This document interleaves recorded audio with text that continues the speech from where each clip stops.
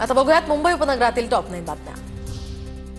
मुंबईतील होर्डिंग विषयक नव्या धोरणाला मुहूर्त मिळेना तर महापालिकेने मुंबईमधील होर्डिंग संदर्भातले सर्वांकष धोरण आखले तर भोसले समितीच्या अहवालाची प्रतीक्षा असल्याचं मनपाचे कारण मसुद्यातील तरतुदी।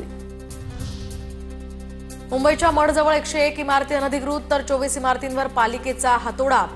या ठिकाणी उर्वरित इमारती मेखेरपर्यंत पाडणार। वेसावे गावठाण परिसरामध्ये 4 मजली इमारत भुईसपाट।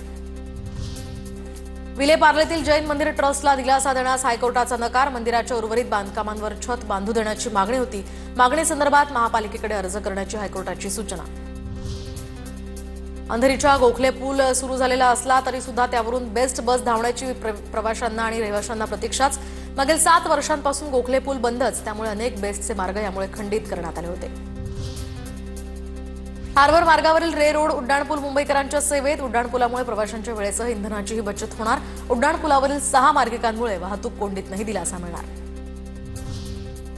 दहिसर ते मीरा भाईंदर मेट्रो 9 मार्गावर पहिल्या टप्प्यातल्या यंत्रणेची 25% कामं शिल्लक तर पहिल्या टप्प्याच्या ट्रायल रनलाही सुरुवात। वर्षाअखेर ठाणे शहरात धावणार पहिली मेट्रो। मेट्रो 9 मार्गिकेवरील दहिसर काशीगाव दरम्यानच्या तांत्रिक चाचण्यांना आता सुरुवात।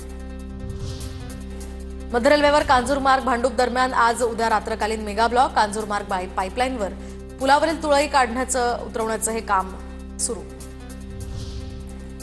नवी मुंबई शहरामध्ये आज पाणीपुरवठा बंद राहणार। मोरबे धरणाच्या मुख्य जलवाहिनीच्या दुरुस्तीसाठी पाणीपुरवठा बंद ठेवण्यात येणार असल्याचं या ठिकाणी स्पष्ट, तर रहिवाशांना त्यामुळे पाणी जपून वापरण्याचं आवाहन।